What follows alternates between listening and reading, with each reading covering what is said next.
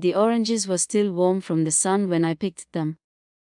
I remember standing beneath the tree that morning, stretching up on my toes the way I used to when she was small and insisted on choosing the ripest ones herself. I turned each fruit slowly in my hand, checking the skin for soft spots, searching for that perfect golden glow. She used to say the brighter the orange, the sweeter the inside. I believed that about her too. I placed them carefully into a brown paper bag, folding the top twice so they wouldn't spill.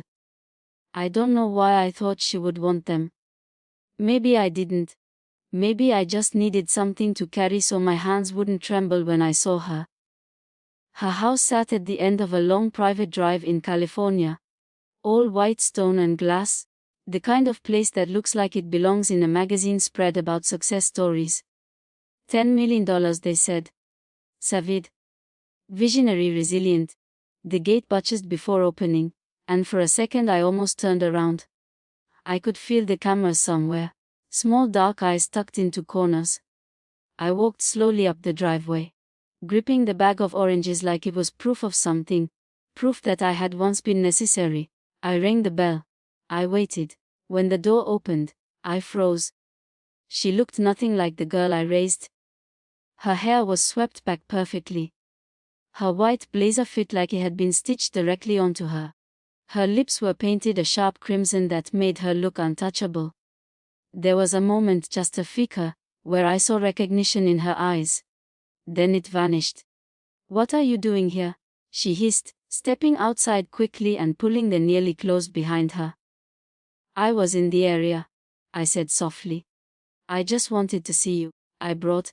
"You can't be here," she cut in, her voice low and urgent. "Why didn't you call?" "I didn't think I needed an appointment to see my daughter." Her jaw tightened. "Don't say that." I stared at her. "Say what?" "Don't call me your daughter. Not here. Not now." I felt something inside my chest shift, like a rib cracking under pressure. "Madison, stop." Her eyes darted toward the door. "The press is inside. Investors, sponsors. Do you have any idea what you're doing?" "I'm visiting you. You're ruining everything." The words landed harder than any slap.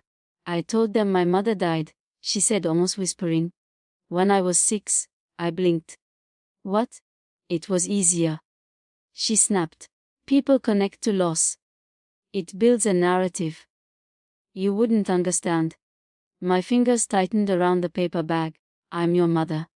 "You're a liability," she said flatly. "Not mother, not even Mr. Lake." The word echoed between us. "I built my brand on resilience," she continued, her voice trembling with frustration. "On rising from nothing. On surviving foster care and loss. You being alive complicates that. I never left you. You don't fit the story." She leaned closer, her perfume sharp and expensive. "You were a biological accident I climbed out of." The bag slipped slightly in my hands.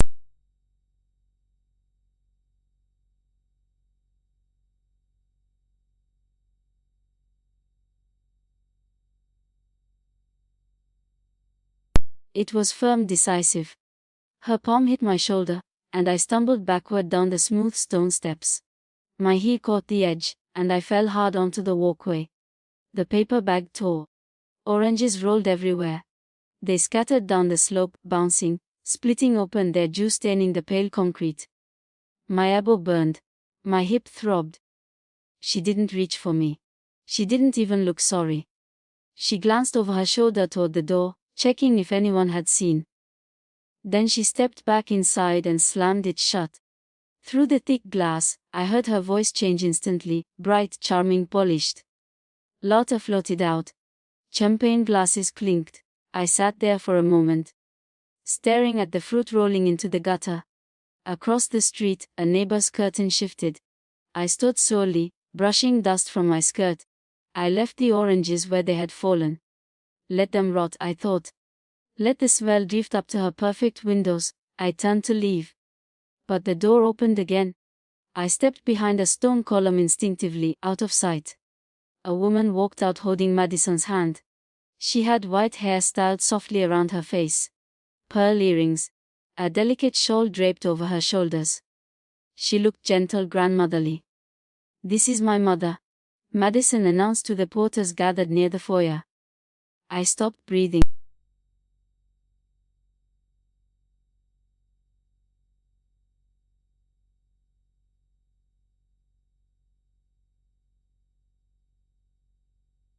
"Sold her wedding ring to send me to Stanford." Cameras flashed. The woman smiled shyly. "I always believed in her," she said, squeezing Madison's hand.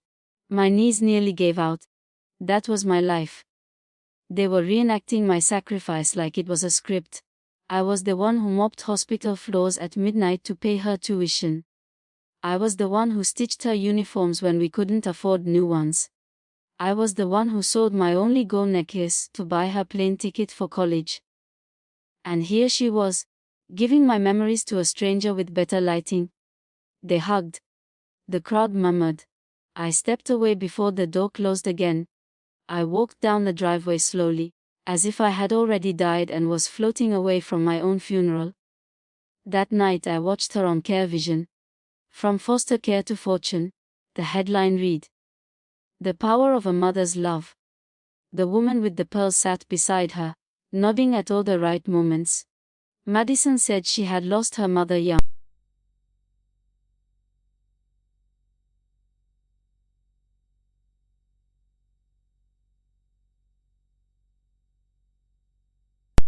Inside were letters she had written me as a teenager. "Thank you for not giving up on me. I'll make you proud one day." I sat on the floor and read them until dawn. Then I made a decision. I didn't scream. I didn't beg. I gathered proof. Photos of us together at her high school graduation. Bank statements showing I co-signed her student loans.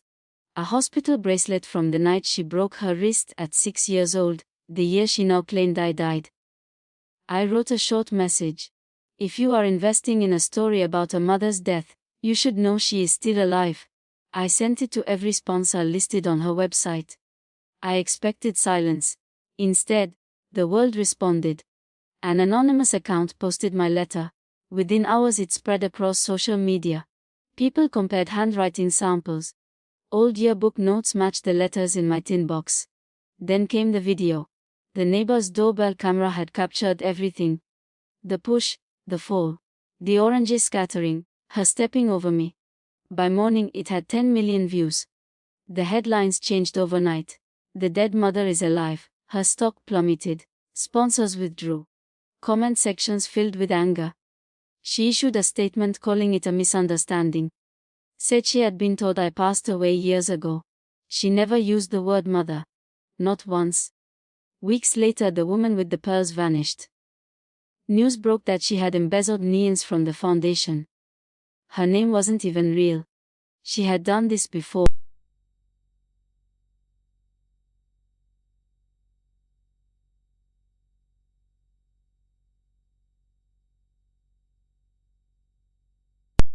"Mom," she whispered. Her voice was small, not polished. "Not being sued," she said. "The board is pulling out. I could lose everything." I stood by the window, looking at the small orange sapling I had planted from one of the fruits that rolled away that day. She said again, "They say you have money." She had done her research. Back in the 90s, I bought cheap coastal land no one wanted. Planted citrus trees, invested quietly. Over decades, it grew, so did its value. It was now worth over $1 billion. "I'll fix this," she promised. "I'll bring you into the company. We can repair our image." Our image. I closed my eyes. "Do you remember the day on the porch?" I asked. Silence. "When you pushed me." Her breathing hitched. "Yes, that day," I said softly. "When you closed the door on your mother." Only one other door opened. She waited. "The door to hell?" I swallowed. "I won't open another one for you." I hung up. For the first time in years, I slept deeply. 2 years have passed. I live in a smaller house now, painted dove gray. The orange tree in my backyard is taller than the fence. It bears fruit every spring. A little girl next door calls me Grandma Emily. She doesn't know about television scandals or viral videos. She just knows I share oranges.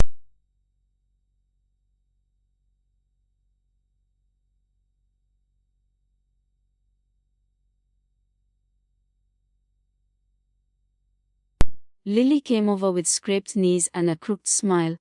"Granny," she said, "can I help you pick the oranges?" I handed her the basket. We stood beneath the tree together. "Why do you plant so many?" she asked. "Because seeds deserve a second chance," I said. She nodded like that made perfect sense. When we went inside,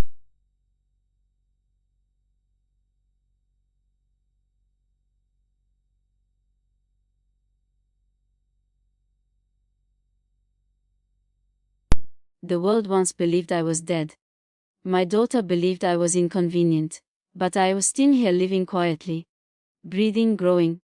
Like the tree that rose from the fruit she knocked from my hands. She told the world her mother was dead. But a doorbell camera proved I wasn't.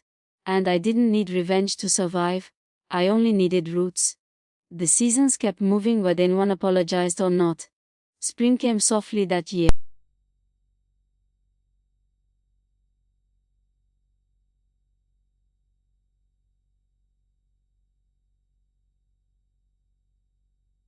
Instinctively, without resentment, I stepped outside barefoot and stood beneath the tree. It had grown stronger than I expected. The trunk was thick now, bark rough beneath my palm. When I first planted that seed, I wasn't sure it would survive. The soil had been dry. I had buried it deeper than necessary. Maybe because I understood something about wanting to hide. But it pushed through anyway. I sometimes wonder if resilience is less about strength and more about refusal. Refusal to disappear. Refusal to accept the story someone else writes for you. People still wrote to me. Most of them never mentioned Madison directly. They wrote about their own mothers. About estrangement. About pride. About letter came from a woman in her 40s who hadn't spoken to her mother in 10 years. She said she watched the video of me falling more times than she could count. She said it felt like watching her own silence play out in public. She ended the letter with, "I don't know who was more hurt in that moment, you or her." I folded that letter carefully. Pain is not always a competition. Sometimes it is inheritance.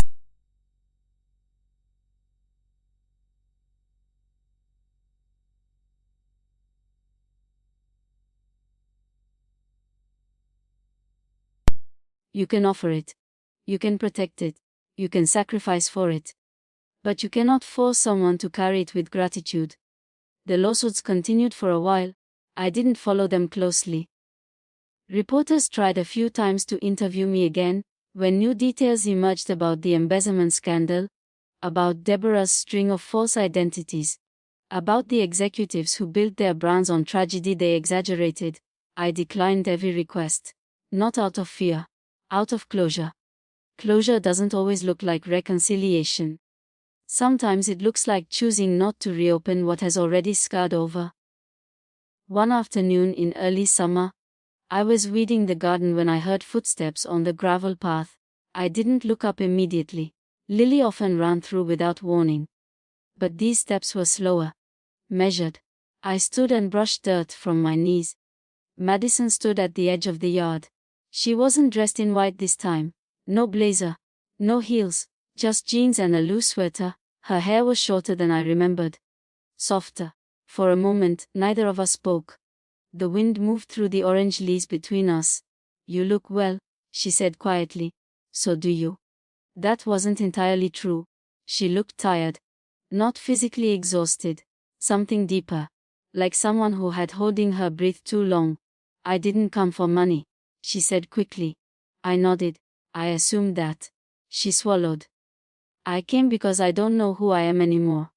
I didn't answer right away. Identity is fragile when it's built on applause. I thought if I controlled the story. She continued, I could control the pain. If I said you were gone, I didn't have to face what I was ashamed of. "What were you ashamed of?" I asked gently. Her eyes filled, but she didn't let the tears fall. "That I grew up poor. That you worked jobs I didn't want my investors to picture. That I had to climb out of something instead of simply rising." I listened. I convinced myself it was branding, she said, marketing. But somewhere along the way, I started believing it. I started believing I had done it alone. You didn't, I said. I know. Silence again. I hated that I needed you, she whispered. That hurt more than the shove ever had. I never wanted you to need me, I replied. I wanted you to choose me. Her shoulders shook once, just once, and then steadied. I don't know how to fix this. You can't fix what already happened, I said. You can only decide who you are now. She looked at the tree. Is that from? Yes. She stepped closer, touching one of the low branches. I remember how you used to peel them, she said suddenly. In one long spiral. You'd let me eat the last piece. I smiled despite myself. You always said it tasted sweeter. It did. There are moments in life that feel like a door cracking open, not wide, not dramatic, just enough to let light in. I don't expect forgiveness, she said. I don't even know if I deserve it. Forgiveness isn't a reward, I replied. It's a release. For you. For me? She looked at me then, really looked at me, the way she had when she was small and trying to memorize my face before the first day of school. I'm sorry, she said, not for the cameras, not for investors. Not because she needed something, just because she meant it. The apology didn't erase the fall. It didn't gather the oranges back into the torn bag. It didn't undo the months of public humiliation. But it softened something inside me that had hardened to survive. I'm not the woman you told them about, she said. I'm not the orphan. I'm not the hero. I'm just Ford, so am I said. She laughed weakly. You didn't push your mother. No, I agreed. But I probably pushed you in ways I didn't realize. She shook her head. You saved me. We stood there for a long time. No photographers, no headlines, just the quiet hum of late afternoon. I don't know if we can go back, she said finally. We can't, I said. But we can go forward. Forward didn't mean pretending nothing happened. Forward meant boundaries. Forward meant rebuilding slowly, without spectacle. Forward meant understanding that love can exist even when trust is still healing. She visited again the next week, and the week after. Sometimes we talked. Sometimes we didn't. Sometimes we simply sat beneath the tree, and shared an orange in silence. The world never noticed. There were no articles about reconciliation, no viral videos about redemption. Her company never fully recovered, but she found other work, quiet consulting, philanthropy without branding, writing without ghostwriters. She stopped telling people her mother was dead. That was enough. One evening, as the sun dipped low and painted the sky in soft pink, Lily came running into the yard. Granny. Look what I made. She held up a drawing, 3 stick figures beneath an orange tree. One tall, one medium, one small. That's you, she said, pointing to the tallest. And that's me. And that's your daughter. Madison looked startled. She's your daughter? Lily asked innocently. Madison crouched down slowly. Yes, she said. Lily grinned. Good. Because families are better when they're not missing people. Children understand things adults complicate. After Lily left, Madison sat quietly for a while. I can't promise I'll never disappoint you again, she said. You will, I replied calmly. And I'll disappoint you too. That's what people do. But you'll still be here? I looked at the tree, its branches heavy with fruit. Yes. I said. The doorbell camera once proved I was alive. But it was never the camera that mattered. It was the roots. The roots that held even when the branches bent. The roots that refused to rot when someone tried to pretend they never existed. She once told the world her mother was dead. Now, slowly, quietly, she tells the truth. And I am still here, not as a liability, not as a ghost, not as a story to sell, but as a mother. And this time, that is enough. There are some wounds that close quietly and others that hum beneath the skin for years. Ours did both. After that afternoon in the yard, Madison began coming on Sundays. Not every Sunday. Just enough that I stopped wondering if each visit would be the last. She never arrived in a rush anymore. She parked on the street instead of pulling into the driveway like someone entitled to space. The first time she did that, I noticed. Small changes tell bigger truths. Sometimes she brought groceries. Sometimes she brought nothing. The first Sunday she carried a bag of oranges from a store. I almost laughed. I didn't know if yours were ready yet, she said awkwardly. They're always ready, I replied. We peeled them together at the kitchen table. Her hands were softer than mine. They always had been. I used to be proud of that, proof that my labor had protected her from having to do the same kind. Now I looked at the faint lines forming around her eyes, and realized success had its own kind of calluses. I've been seeing a therapist, she said one afternoon, staring at the spiral peel in her fingers. That's good. She asked me when I first decided you weren't enough. The words settled heavily between us. And, I asked. I think it was the first time someone praised me for being self-made. I nodded slowly. It felt powerful, she continued.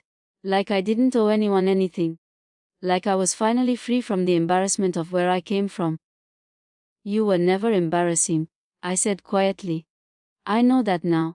The thing about public shame is that it distorts private love. She hadn't hated me. She had hated what the world might think of me. And in protecting her image, she had amputated her roots. Healing wasn't dramatic. There were no grand gestures.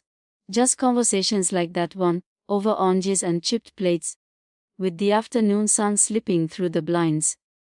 One evening she asked if she could stay for dinner. I made soup. Simple vegetable, the kind I used to stretch for 3 nights when money was thin. She tasted it and smiled faintly. You used to make this when I had exams? It was cheap, I said. It made me feel safe. Safety, not branding, not admiration, safety.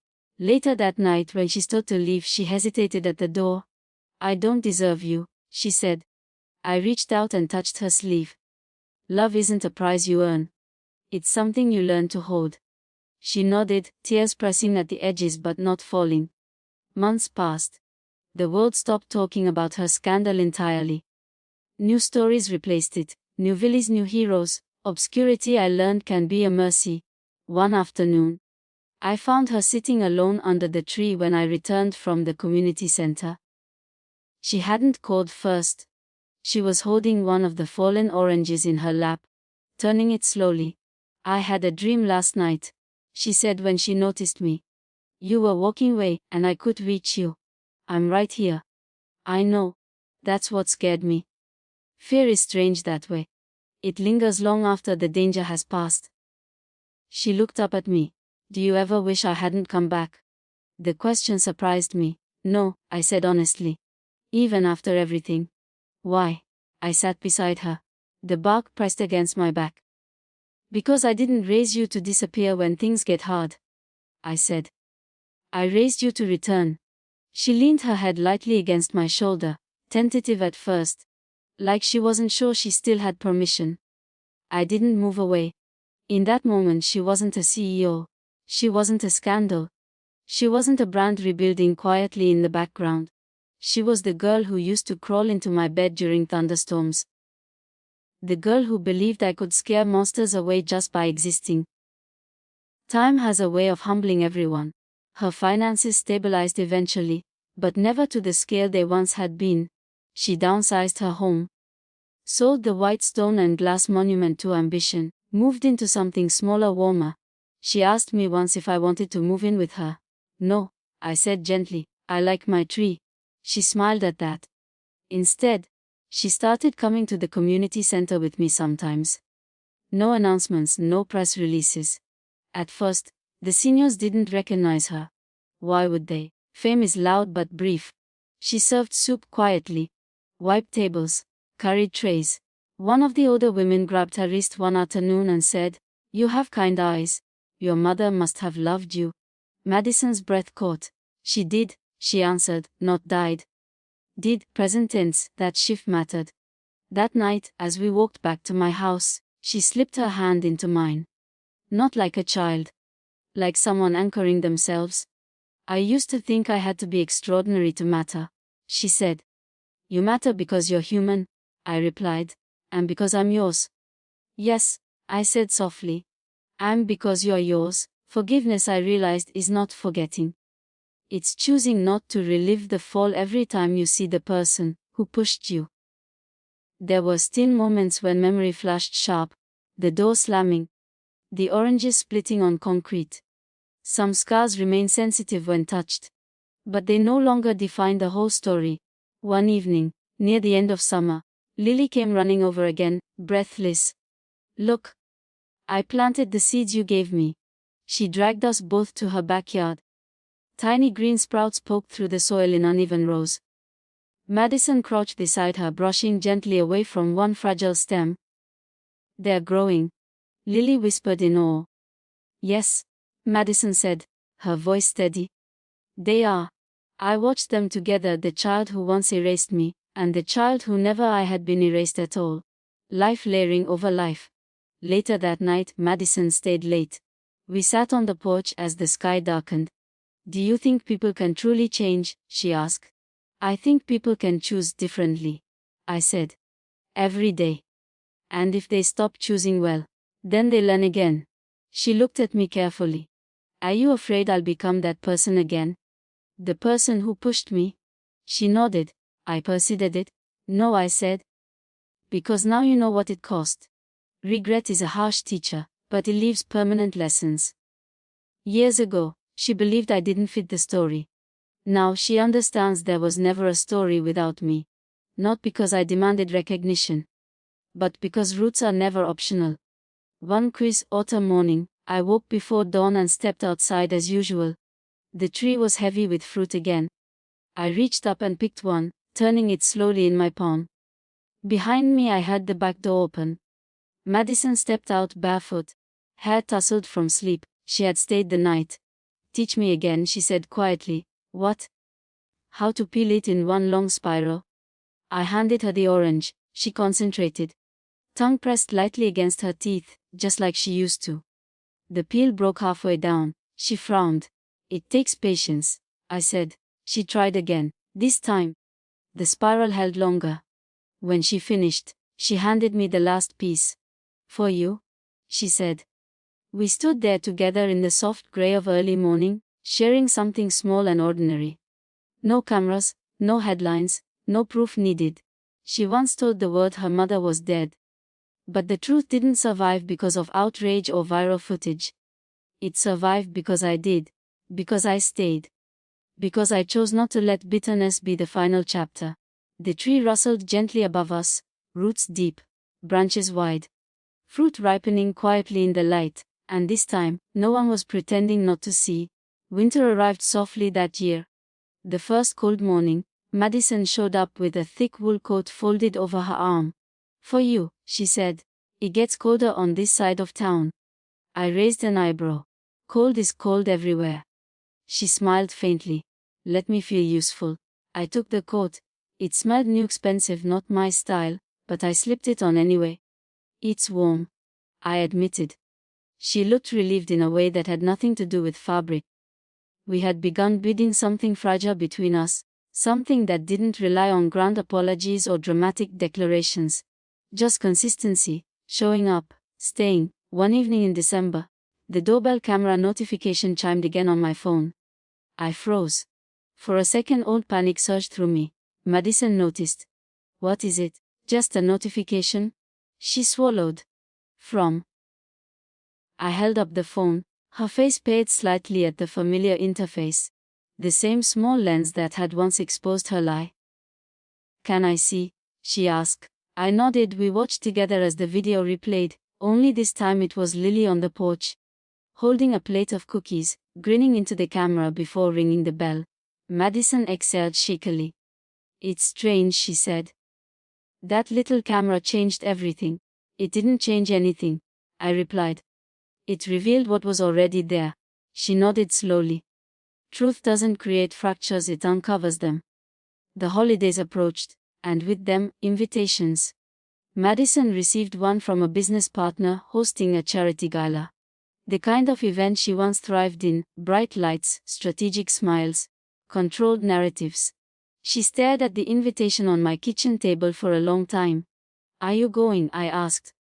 "I don't know," she admitted. "If I go alone, they'll whisper. If I don't go, they'll say I'm hiding." "And if you go with me?" She looked up sharply. "You'd come?" she asked, disbelief flickering in her eyes. "I've worn worse dresses," I said dryly. She laughed, a real laugh. And so we went. The ballroom glittered with chandeliers and rehearsed elegance. Conversations paused subtly when we entered. I could feel the weight of eyes. Madison's hand trembled slightly in mine. "Breathe," I murmured. She squared her shoulders. When someone approached and said carefully, "It's good to see you back." Madison didn't deflect. She didn't pretend. "Thank you," she replied calmly. "This is my mother." No hesitation. No qualifiers. Just truth. The air dramatically, not with applause. But the tension dissolved a fraction, and that was enough. Later that evening, as we stood near the edge of the room, she leaned close and whispered, "I used to think success meant controlling the story. And now I think it means surviving the truth." I squeezed her hand. When we left, snow had begun to fall in soft, silent flakes. She tilted her face upward like she used to when she was small. "I forgot how quiet snow is," she said. "It doesn't need to announce itself," I replied. She smiled at that. The months that followed were steady. She began mentoring young women starting small businesses, girls who reminded her of herself at 22. But now, she told them different stories. She told them about failure, about pride, about losing everything that mattered, because she tried to edit out the inconvenient parts of her life. She never used my name publicly. She didn't need to. But privately, she asked me before every speaking engagement, "Is it okay if I talk about what I did?" "It's your truth," I said. "Own it." And she did. Spring returned, and with it came a surprise afternoon. Madison arrived holding a folder. "I've been thinking," she began cautiously. "That's usually dangerous," I teased. She rolled her eyes. "I want to start a foundation," she said, "for elderly women who've been abandoned by their families. Legal support, housing assistance, counseling." I stared at her. She shifted nervously. "I know it sounds dramatic." "It sounds needed," I interrupted. She exhaled. "I don't want it to be charity," she continued. "I want it to be accountability." I felt something tighten in my chest. "What would you call it?" I asked. She hesitated. "Roots." The word lingered between us. I looked out at the orange tree swaying gently in the breeze. "Roots is good," I said quietly. The foundation took shape slowly, carefully. No flashy launches, no overproduced campaigns, just quiet work. Lawyers volunteering time. Social workers offering resources. Safe apartments being secured. One afternoon, Madison invited me to see the first housing unit they'd renovated. It wasn't luxurious, but it was clean, warm, bright. "This is where Mrs. Alvarez will move next week," she said. Her son locked her out after she transferred the house into his name. I swallowed. Cycles repeating across generations. Madison walked through the small living room, adjusting a curtain slightly. "I can't undo what I did," she said softly. "But I can make sure someone else doesn't feel that alone." "You already undid it," I replied. She looked at me. "By coming back." Tears shimmered in her eyes but didn't fall. Strength isn't the absence of guilt. It's choosing to transform it. One late afternoon, as the sun dipped low, Madison and I sat beneath the orange tree again. She was quieter than usual. "What is it?" I asked. "I'm scared," she admitted. "Of what?" "That I'll fail again, that I'll hurt you again." I considered her carefully. "You will fail," I said gently. Her face fell. "Everyone does," I continued. "The difference is whether you run or repair." She nodded slowly. "I won't run," she whispered. "I know." Silence settled comfortably around us. Birds shifted in the branches above. After a moment, she spoke again. "Do you ever regret having me?" she asked suddenly. The question startled me. "Never," I said firmly. "Even when I erased you." "Why?" "Because you are not your worst decision." She inhaled sharply. "And neither are you," she added. That was the first time she'd said something like that to me. As if she finally understood that I, too, had doubted myself in the aftermath. Had wondered if I'd failed as a mother. We sat there until dusk painted the sky violet. Eventually, she rested her head on my shoulder again, this time without hesitation. Comfort returned more easily now. Not perfect, not untouched, but honest. The doorbell camera still hangs beside my front door. Sometimes I glance at it and remember the day everything shattered. But mostly, it records ordinary things. Lily dropping off drawings. Madison arriving with groceries. Me leaving early for the community center. Life, in its unremarkable persistence. One evening months later, Madison stood on my porch before leaving and turned to me. "I used to be ashamed of where I came from," she said. "And now I'm proud I come from someone who survived being erased." I touched her cheek gently. "Don't build monuments to my pain," I said. "Build futures from your lessons." She smiled. "I am." As she walked to her car, she paused and looked back. For a split second, I saw the little girl again. Not the CEO, not the scandal, just my daughter. I waved back. The world once believed I was gone, but I was here. I am here. Not because a camera proved it. Not because a headline corrected itself.